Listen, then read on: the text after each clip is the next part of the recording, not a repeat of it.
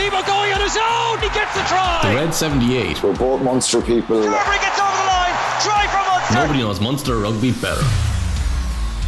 Hello and welcome along. I'm Alan Quinlan and you're listening to episode 69 of the Red 78 here on the Rugby channel. And with me as always is Niamh Briggs. How are you, Niamh? Needless to say, you're smiling anyway. Always. We're beaten. We'll talk about Tottenham Liverpool first. I'm only joking. That was probably the nail in the coffin of the weekend for you, but a tough trip to Scotland, and I'm sure it's very, very disappointing and disheartening. Yeah, hugely. I think it's been a weird kind of 48 hours since come home. I think you're just trying to decompress and kind of try and think about where things, could have been better and where they went wrong. And, so much of that game, we were in it. We were controlling territory possession. We just lacked that killer instinct and that little killer pass. So, look, hugely disappointing, I think, for those players, especially. They worked incredibly hard.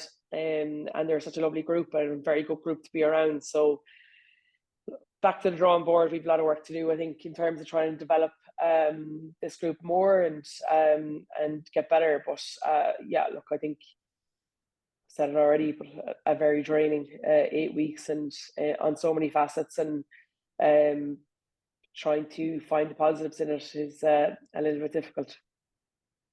And how difficult it was for the players after the game, because as you said, for a large part of that game, you were unbelievably competitive, playing really well, and Scotland just changed gears in the end and pulled away and showed their quality. What was needless to say, I think the mood was one of utter disappointment, but probably on reflection, coming home, travelling home, all that stuff, what was the feeling amongst the players? Yeah, look, they were, I think, utter devastation straight away after the game. We knew that if we'd gone in and got a bonus point win, we would have, got into the playoff for Global XV. So for anybody who doesn't know, there's a new competition, world competition, starting in the autumn, Global XV, and it's tiered to 1, 2, and 3. And the tier 1 is for the top 3 teams in the Six Nations, and that's no relegation or promotion for 2 years. So, obviously you're playing against the best teams in the world there. So way more competitive. We're clearly not at that stage at the moment. So once we lost to Italy, I think that was out of the question. So we're hoping to get into tier 2. And that would have allowed us to have probably more competitive games around our level. And also an opportunity to qualify for the World Cup in 2 years' time. So we haven't achieved that. We probably, going into tier 3 is probably a reflection of where we are as a group, I think, as where Irish rugby is. And we're starting at bottom now, so it gives us an opportunity to probably focus on ourselves as opposed to trying to, compete with teams that are probably just a little bit better than us at the moment. And that's probably where the truth is. But there is promotion and relegation from tier 3 to tier 2 over the first year. So, we've got to focus our goals now to not only getting better individually and as a collective, but also trying to get out of there as quickly as possible. Does that give you a pathway to try and qualify for the Rugby World Cup then?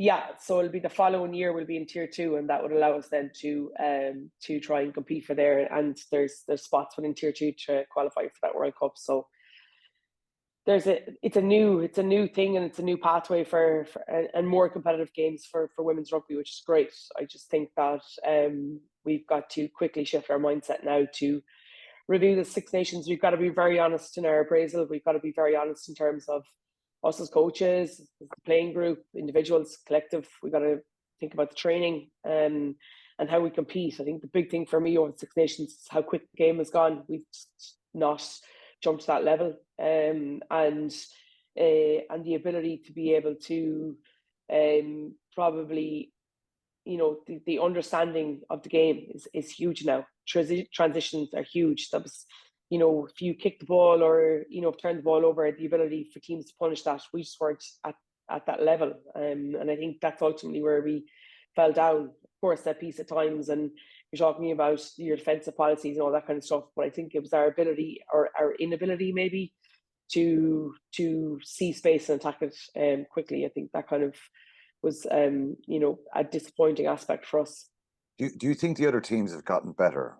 Because just for example, the team that you're coaching now at the moment, this current Irish team, would they have done better a couple of years ago, or have all the other teams improved, got physically better, technically better?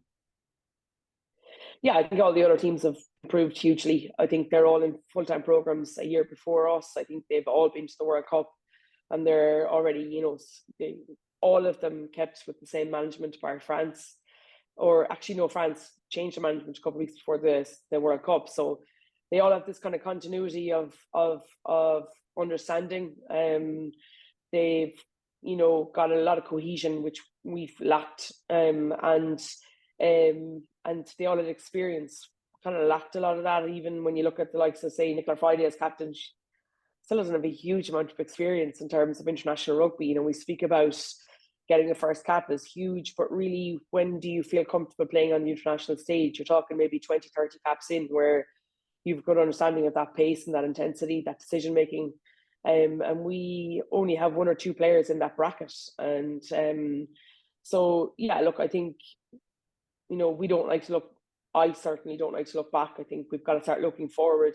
And this now is we're at the bottom level, and it's a good basis for us to try and start to rebuild and rebuild with continuity and this group. When you look at the likes of that backline, especially, you're talking about your 10, your 13, your 12, your back three, bar maybe Lauren and Aoife, they're all under 20 or 21, so they're all incredibly young. But that's the situation we find ourselves in. It's due to lots of issues over the last 10 years as opposed to over the last 2. And since that review and that report came out, there's been a lot of change within the RFU and pathways that are in place. It's just, unfortunately, just going to take time. And we're expecting these players to learn on the international stage, which is a very tough place to be. News is coming out this morning is that Greg McWilliams might be exiting his role as head coach. Speaking to you before the podcast here, I'm not going to kind of put you on the spot and ask you for opinion. You're only hearing the same stuff as well as what you told me. What would your take be on that? Just hearing it from me beforehand, and obviously seeing some of the reports online. Yeah, so I've not really been online for the last few weeks, so I'm missing a lot of that stuff. I haven't heard. We've not heard anything official. And yeah, look, I'd be incredibly gutted. Greg brought me into this setup and stuff. So I'm hoping that we can get better as a coaching group and keep learning and developing. But I'm sure we'll see what unfolds over the next few weeks and days. We've got a review to do as a coaching group and then as a playing group, and making sure that we're getting better. I think that that's probably the biggest focus point now. I've been working the last couple of days, so just getting back into the swing of normal life again. And the harsh reality of this, Niamh, is some people are forgetting that you can blame the RFU, but the reality is, and I think this is probably the positive of looking at the situation, if there is any positives. Obviously, the results are incredibly disappointing, but this team and these players can only get better when they're in a full-time environment, when they're training at a better level, when they're preparing better, and they have the opportunities to dedicate more time to the game. That can only be better. I think there's been an online toxic, horrible environment around the team, and I've said this last week. I think there's a lot of people have been devoid of any fair or balanced approach to this, and they're trying to make a name for themselves, and that's sad to see. And I think if Greg McWilliams does go and is replaced or steps down, we don't know that. There hasn't been any official statement. It's going to be a tough job for somebody to take over. But look, that's the world we live in now with the online stuff, where people who don't know a lot of facts are trying to make a name for themselves. And I know some people who are maybe negative online do know facts, and they mean well, but there's been a bit of a pile-on here about and it's been pretty toxic, really, and it's unfair. Ireland won wooden spoons in the 90s, the 80s, and when we went professional in 96, 97, it took us a long time, and it'll take the girls a bit of time to get up to speed, to being a professional athlete, to get stronger, more powerful, to understand nutrition, strength and conditioning, all that kind of stuff as well. So it's going to take a little bit of time, and hopefully that can start to happen. And then obviously it's down to quality of player you have. If you don't have the players, it's even more difficult. But from what you're saying, there's a lot of good young players here who can become good professional athletes, and hopefully they will. So look, tough couple of weeks. You've had to keep smiling, and that's life. It's been very disappointing, and that's the hard part of being a coach, I think.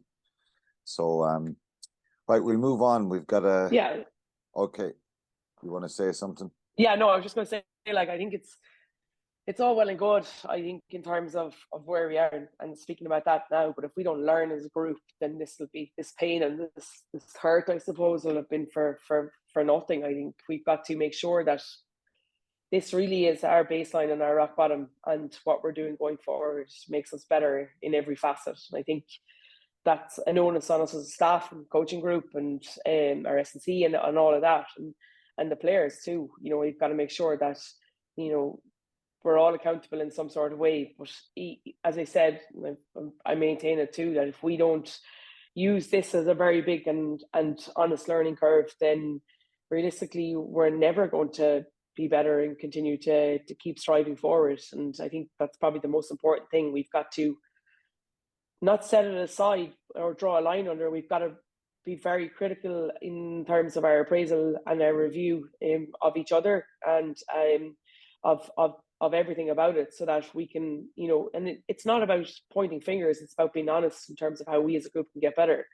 And I'm, a young enough coach, and definitely looking to continue to develop and get better all the time. And I can only do that with people being honest around it, but it's factual honesty in terms of this group and this playing group, as opposed to what's on the outside. And it's the outside noise, I think, that filters in, that probably causes a lot of frustration, especially for me. It's driven me insane over the last few weeks. Yeah, and look, look. And what I would say too, this isn't your full-time job. You have a full-time job, so it's not as if you're protecting anyone here. You can walk away from this too and coach for fun if you like. I thought Nicola Friday was very inspirational and every time I listened to her throughout the Six Nations, she's a credit to the team, and in a very difficult circumstance. She made a statement last week. Much of what's going on outside our environment continues to be unhelpful. As a playing group, we have everything at our disposal within the high performance unit, from a resources, facilities and staffing point of view. We're at an early stage of our development. I know many of you understand and appreciate this. So I won't read the full statement, but I thought she was very inspirational in everything the way she conducted herself in the last and tried to lead the team. So look, hopefully you get better and things improve, and more young players start to come through and at your disposal. Okay, we'll move on. We've got a URC quarter-final on Saturday night. Munster travel away to Glasgow at 7:30 on Saturday night. A tough trip to Scotstoun. We know what happened a couple of weeks ago in round 16, March 25th. One of the games that it was a kind of a must-win match, given Munster were going to South Africa for the following two games for round 17, 18. But Glasgow blew them away. 4 tries in the first half, were just totally dominant. So there's a little bit of a feeling online again. It can be online can be helpful for you too. I'm not saying it's all bad, because we use it to engage with our listeners as well. But there's a little bit of a feeling online that Munster being a better place. They'll have learned from that. What happened in South Africa would have helped them. Possibly some injured players coming back. So there's a bit of optimism. So I put a tweet out yesterday. You can tell us a little bit about the optimism or the fear that the Munster fans have Saturday night. Yeah, look, I think lots of them are pretty positive, as you said. Keane McGinley says, we need a reaction from the loss versus Glasgow and Limerick. They reacted perfectly in South Africa and will need that level of intensity again on Saturday night. Interesting to see the second row makeup. I'd be tempted to bring Tom Mahern back into the 23 with Snyman to start. John Toohey, a good start for a change. We need to match their physicality, unlike when we lost them in Thomand. Our inside defence has to be very alert. Glasgow mined the area around the ruck with runners running on the reverse angle. If we are the best we can be, we can win by 7 plus points. Tom Lundgren, lots of takeaways from us from their win at Thomand Park in March. We have to match their physicality and scrum in breakdown, and our line out is key. They have some injuries and one eye on the Challenge Cup final. Hope we have a few big ones coming back for this. No fear after the South African performances. Scarlets, Glasgow Sharks, all poor in one half and better in the other. Away in Glasgow, we need close to a full performance across the entire game. Per Johansson, maximum focus from the first minute, play tight and make sure to be no more than one score behind at half time. If they manage to do that, they have a good chance to win. Another one from Phil, I don't know how to pronounce his Twitter handle, but funnily enough, I think they'll have to bring more than they did in South Africa. Munster, by force of will, can win games, especially against teams not used to them. Glasgow know them inside and out, forecasts for rain, even allowing for their expansive new game. This might suit Munster. Fast start from Jerry Maloney. Ben Healy to start at 10. Interesting. That's an interesting the one. Munster boys, sure. I expect a comfortable win. I don't think Glasgow will be able to handle our physicality, especially if Snyman makes it back. A comfortable win. Contention. Yeah. 5 or 6 players in contention for the World Cup warm-up squad will be looking to impress. And Glasgow will have one eye on the Challenge Cup final. 15 plus. Wow. Owen says, a fast start from minute 1. If we can start fast, match the same physicality we brought for the game to South Africa and the URC, and so that Glasgow mauled scrum, we can win. Kieran says, we need to front up with the forwards and not get dominated by the pack. Sounds basic, but that's how they beat us a few weeks ago. Build that platform and let the passing game flow. Should have enough leaders to step up when the big moments comes. Just about keeping the defence tight. And then lots of we've had a lot of smart answers, just to say score more points than Glasgow. I love that one from Joe Fitzgibbon. There's always one, Joe. Thanks a million. Score more than Glasgow with a wink emoji. That's pretty Joe. Well, thanks so much for stating the obvious to us, Joe. But it would be helpful, obviously, if you score more than the opposition, you win the game. Look, that's pretty much it. I think Ed Freeman wants to know, can we ask Leinster, can we sign the likes of Max Egan and Liam Turner on loan till the end of the season? Alternatively, they need to disrupt Glasgow's line out. Glasgow's maul destroyed Scarlets at the weekend. So there are some big things for them to focus on for Munster, I'm sure. Yeah, so the theme of those tweets and messages back from people is, if Munster, and that's what I was saying to you at the start, if they, Munster will be in a better position. They didn't capitulate in South Africa, like maybe some people thought might happen. Got themselves into the knockout stages, finished 5th in the league, got Europe next year. So kind of in bonus territory. So I'm sure, and I kind of thought, you're in bonus territory after beating the Stormers because you're going to be in Europe and you're going to be in the knockout stages. But they went out and produced a second half there that was brilliant against the Sharks. Obviously, they had issues in the first half. The issues they've had seem to centre around, breakdown, scrum and line out. And they were big issues the last time Glasgow played and beat Munster in Thomand Park on the 25th of March. How do Munster make sure that the same doesn't happen again? Obviously the personnel, so we think RG Snyman will be involved, will play. He'll be a huge boost to Munster. But, Xander Fagerson is going to play. He caused a lot of problems for Dave Kilcoyne in that scrum. Their lineout, Scott Cummings, stole a lot of lineouts. Munster looked very slow and pedestrian in that area. Attitude was a problem, you think.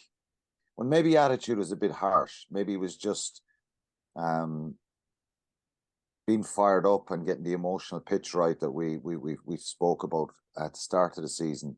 I'm sure they'll be well up for this game, Munster, and you know they'll be better. But will Glasgow be better? How do Munster fix the problems that they had the last day? Yeah, look, I think obviously the last day the line out was huge. I think, but when you look at injecting the likes of O'Mahony back in there in terms of the calling system and where that space is. How much of a difference does Peter O'Mahony make in not just his general play and leadership, but around in that line out? So you mentioned massive issues the last time, slow, poor calling, a target to hit and losing kind of vital lineouts. How much of a difference and what does he bring there? Yeah, look, he's incredibly smart. So his ability then to get off up on the air is so good. It's his ability to be able to steal lineouts. He's ridiculously brave. So if there's anything kind of 50-50, if anything goes up 50-50 in Peter Manny's channel, you always think it goes straight from a 50-50 probably to like a 70-30. Because he'll just throw himself across, he'll literally just throw himself to try and get that ball. So yeah, look, I think he's huge. It's more for me his ability to disrupt the opposition lineout. He is incredibly good at predicting of where that ball goes. It's obviously the work he does off the pitch during the week, but also his understanding of the small little ticks that the opposition have is amazing. So that's huge. Obviously, RG coming in, big, huge man, and has the ability then to have that kind of ability that if you can get him up quickly, that you can just lob the ball to him in terms of creating that kind of banker ball. So that's going to be huge.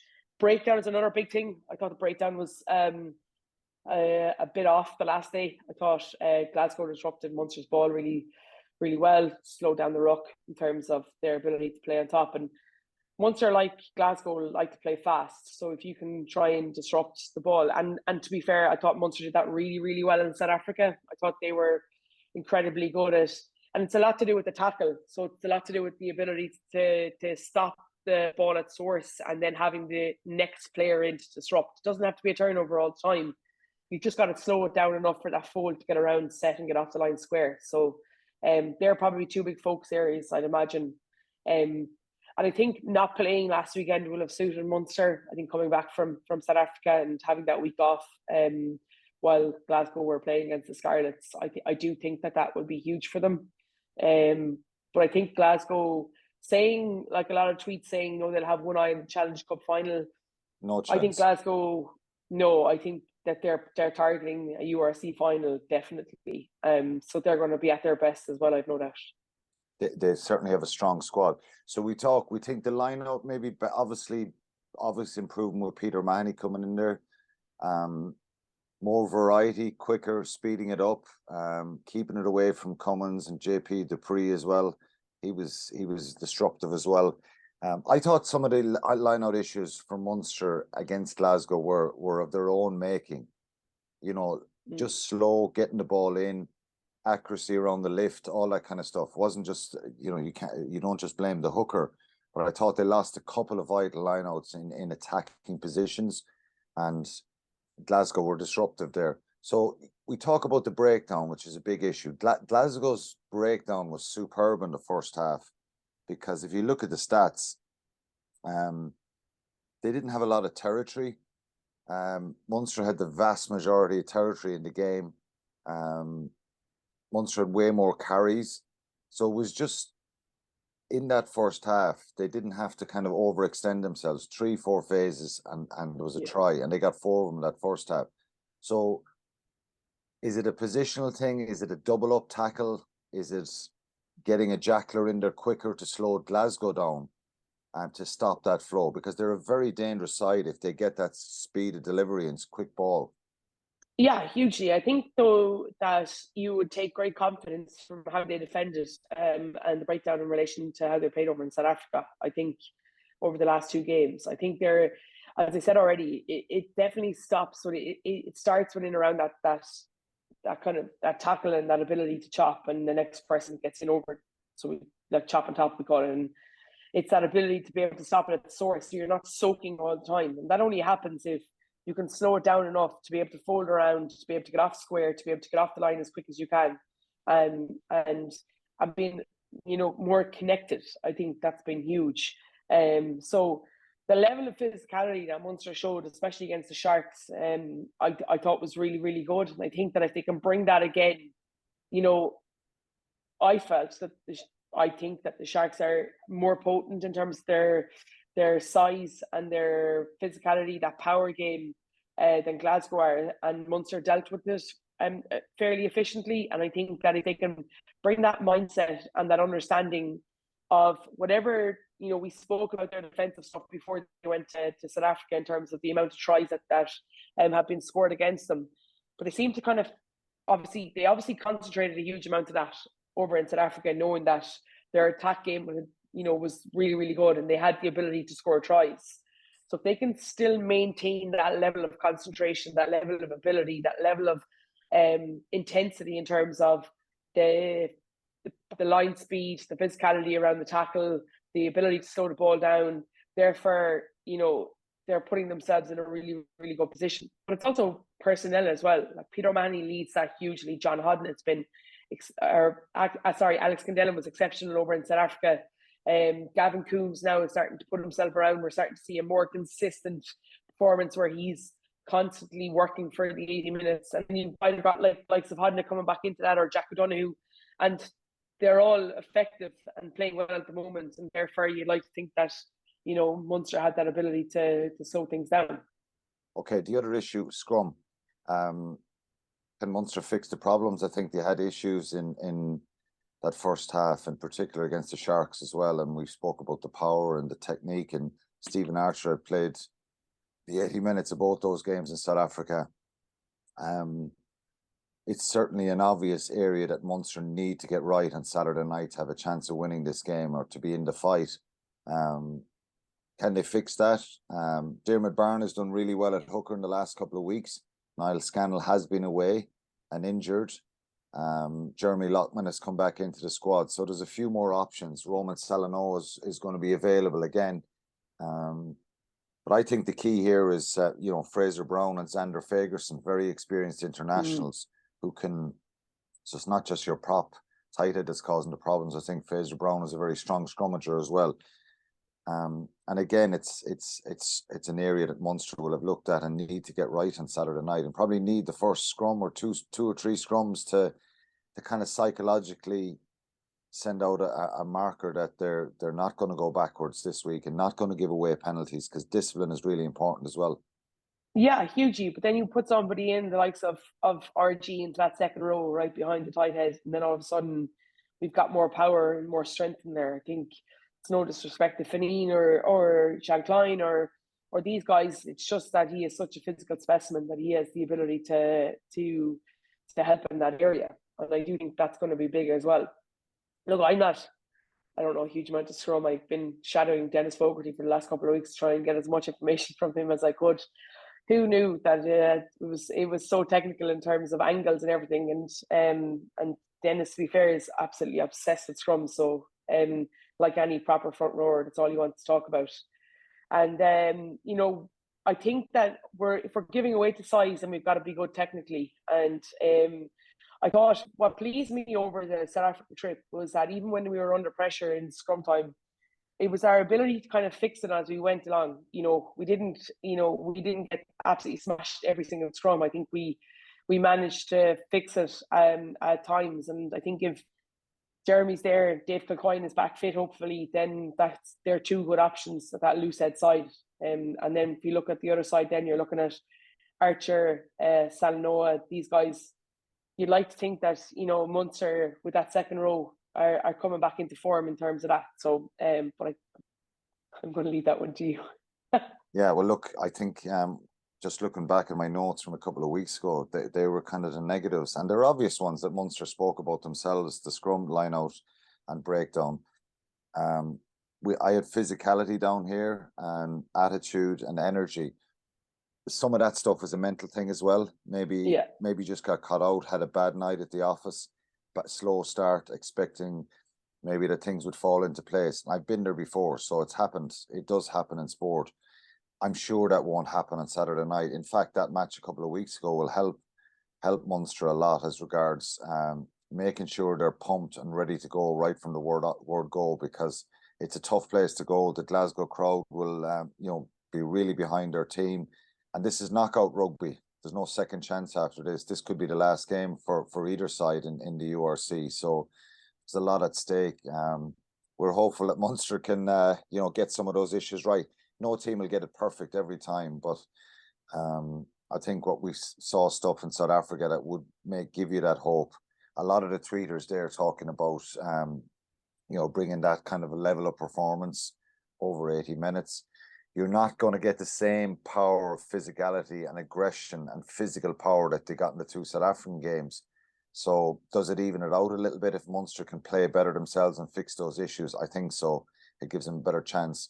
But certainly Glasgow know what's coming here, and they'll have seen a lot of this stuff, and they'll know Munster will be better. So it'll be intriguing. You look at Glasgow last week in the Challenge Cup. They beat the Scarlets, scored 5 tries, got themselves into a Challenge Cup final. So they're full of confidence and self-belief in the way they're playing. Very strong squad. 4 missed tackles. I think I wrote the stats down here. They had 4 missed tackles in that game last week, which is an unbelievably low stat. And they blew Scarlets away in that second half. I think Scarlets were very competitive for a long time, and they were leading at halftime. But that second half performance from Glasgow was very, very impressive. 5 tries to 1, 25 defenders beaten to 4, clean breaks 5 to 1, offloads 11, missed tackles. Scarlets had 25 missed tackles. Glasgow had 4, and both sides won 13 turnovers each. So there's a lot of kamikaze rugby going on, but Glasgow are a very strong side. They had some injuries. I just want to talk about 1 or 2 of their players, because they're significant players. We speak about O'Mahony and Snyman, who are very important players from Munster. Gavin Coombs, when they play well, Munster seem to go well. They have some big players. Sione Tupelotu in the centre. He played 13 last week. Stafford McDowell played 12. He's a very, very strong player. He scored against Munster the last day, and he scored last week as well. 6'4", 103 or 4 kilos. He's a big player, really good player, Stafford McDowell. But Tupelotu, he's been brilliant for Scotland. Such a good player. He is a big threat just in that back line for them. Do you think Hugh Jones is due back? Yeah, he got a head knock the week before. He hasn't played the last 2 Connacht. weeks. He hasn't. He is one of my favourite centres in Northern Hemisphere. I think he's brilliant, and I think that is a very, very potent, if he plays, a very, very potent centre partnership. And we need Fekitoa and Frisch to be at their absolute pinnacle best to be able to hold them in, because I just think that they're really, really good. I think Hugh Jones' ability to straighten the line. If Hugh Jones comes back, Tupelotu will probably go to 12. 12, yeah. That's the Scottish centres that you're playing against. Yeah. So it's a challenging one. Just up front, Jamie Batty played last week. George Turner, the Scottish hooker, started. Xander Fagerson started. Scott Cummins, JP Dupree, Rory Darge, Sione Vailanu, who was man of the match in that game in Limerick. He was outstanding. And the other back row was the number 8. Jack Dempsey. Jack Dempsey, sorry. Jack Dempsey. For Australia, yeah. He played number 8 last week, and Matt Fagerson was on the bench. So a lot of good players, a lot of Scottish internationals there. Ali Price was on the bench, Ryan Wilson, Simon Bergen. They have a very good squad. Where do the main threats come from them? Is it that centre partnership? If you just look at the back row of Darge, Vailanu, Jack Dempsey or Matt Fagerson against Munster's back row, which will probably be Peter O'Mahony, Coombs, yeah. Hodnett, I'd say. Maybe Hodnett will come back, or Alex Kendellen. That's a really key area as well, isn't it? Yeah, hugely. I think I think there's a couple of things here in relation to this Glasgow team. I think that their second row partnership is very strong. So their maul and line out is very good. Their set piece gives them a huge platform to be able to attack off. So Munster really have to get after that. Their back row around the park are really, really good. It's their Bailanu's ability he's just an unbelievable athlete. His ability to beat defenders and offload is so good. And yeah, of course, it's their centre partnership for me that I spoke about already. I think that they are so strong. I think it's that ability to be able to break the line and offload. It's the ability to be able to, like Tulu Pilato is very good defensively. Hugh Jones is good enough too, but it's their in attack for me. It's their lines of running. It's their ability to be able to launch off set piece is very good. Interesting though, they tend to go for a 6-2 split on the bench, and that could be good for Munster in terms of, I think that Munster's ability to be able to finish games is really, really strong. We talked about Ben Healy coming off the bench over the last couple of games, and I'd imagine it probably will say the same. But it's that ability then to be able to punish teams in terms of finishing strong, and I think that. Munster, Glasgow I'd be interested to see if Glasgow go back to that 6-2 split this weekend. They've done it for the last few weeks. Yeah, they did it last week as well. I don't think anyone's going to go. Everyone's frightened about the 6-2 split now after what happened to Toulouse last weekend, moving the best player in the world out to out half and taking him out of the game. But yeah, they do, and they went 6-2 split last week. I think they may go the same again, and they may. This is going to be a bit of a dogfight. I think it's going to be very physical, and I think they'll realise Munster are going to be a lot more physical here. So we've covered off a lot of their players. Who'll play 10 is the question. Domingo Miotti, the Argentinian international, played the game in Limerick a couple of weeks ago. Last week, Tom Jordan started. Duncan Weir came off the bench. Miotti must have been injured last week because he wasn't involved. He wasn't in their squad, but he was brilliant in Thomand Park. So they're very, very dangerous squad. For Munster, let's look at the Munster squad team.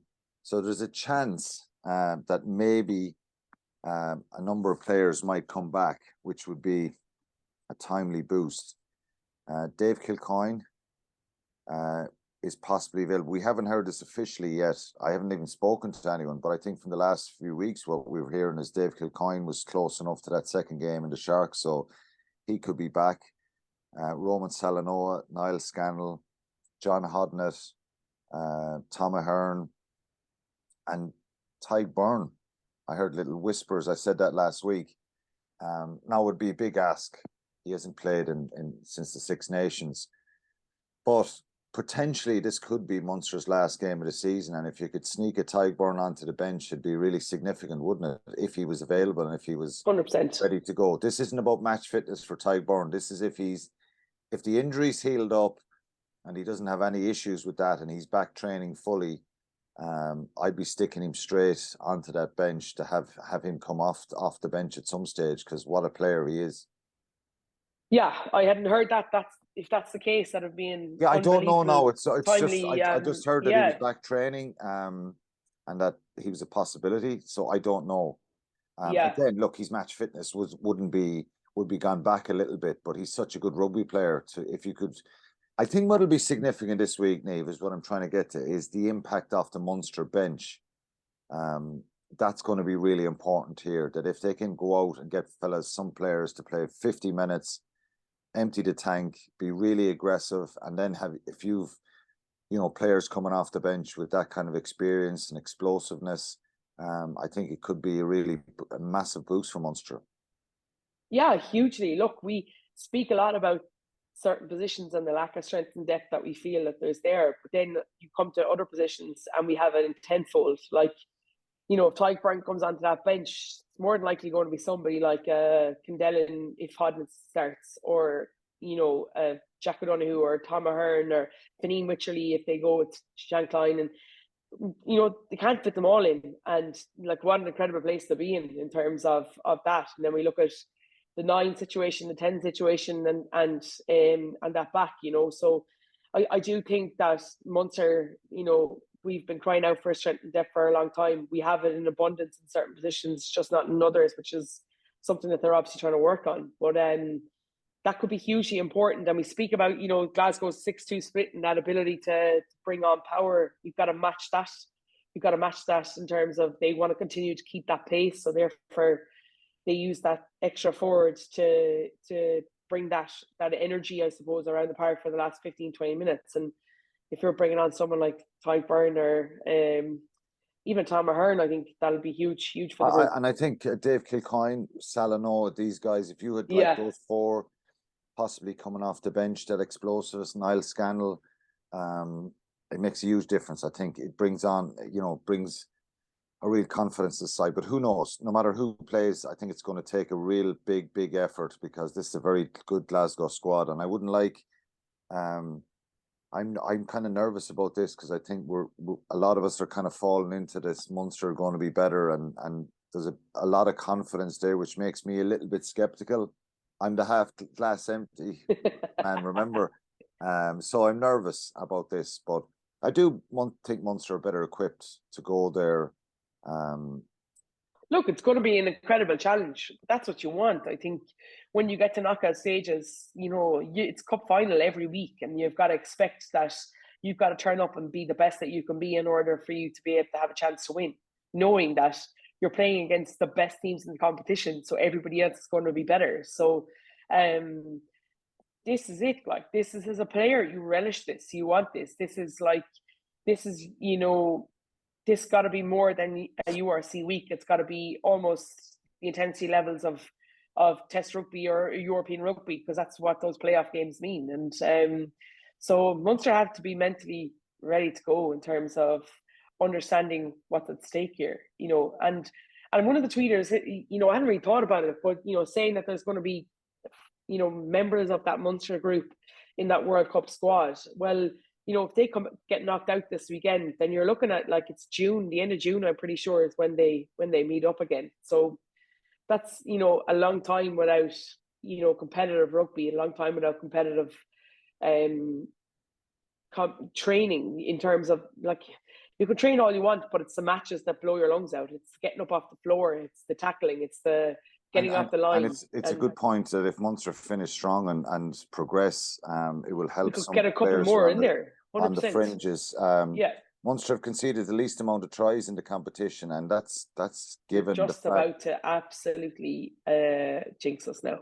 No, I'm not going to jinx you, but when you think Scarlets, Glasgow and Sharks, I know the Sharks was in the Champions Cup, conceded a lot of tries in those 3 weeks. They're going to have to be strong defensively. Finally, 2 questions.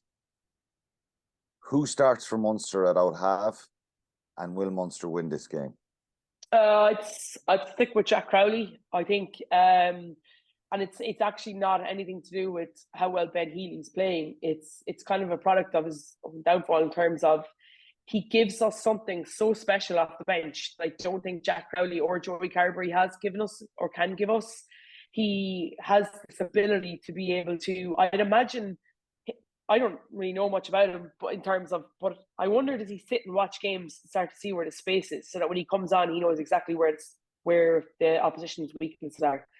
Because he has that ability to come on and find space, whether it's through kicking or that, brilliant flat bridge pass, or, is it putting people through holes? He has that ability, and I think that, if you're looking to either A, close out a game, or B, look for something special, then Ben Healy has that. We were playing in Murrayfield the other day, so we were playing in Davheat State, and it's you're getting changed in the main dressing room, and they have a roll of honour pillar, and on it was cap 1138 and Ben Healy and the date. So I took a picture and I sent it to him, and I was like, it's actually pretty cool to be able to see that. And I think he has so much to offer. I'm gutted that he's going, and I know that's a conversation we can have another day. You said that from the start. You said that. Yeah, but I do think, though, that him coming off the bench gives us a huge amount. Okay. So I would. Can they win? Yeah, they can. Of course they can win. But will they win? I know I won't. Yeah, they will. I really believe they're in a good space. I'd be very surprised if it was another case of what happened in Thomand Park. I think that they've grown a huge amount. That trip in South Africa, you can see it all over. You know, they seem to have a really good, like, those trips can be brilliant if you're winning, of course, but also brilliant for group, you know, cohesion, getting to know people better, understanding each other, and they look like they did that. So yeah, I do think that they're in a very good space right now. I think having last week off, getting back from South Africa and ramping up training this week will put them in a really good place. Yeah, I agree. You still got to be careful though. They're a very dangerous side, as I said. And and it's the player in me that just, and I know Munster will be the same. I know what you're saying. I think psychologically they will expect that Glasgow will expect them to be better, if that makes sense.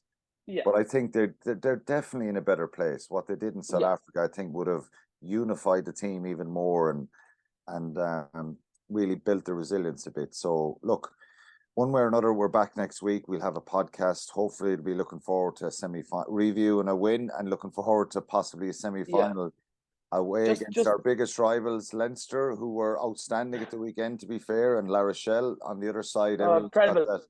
That kind of dream. It's going to be incredible cup final. Come here, quick before we go, we got to mention Ro Prendergast's appointment as academy manager in Pathway.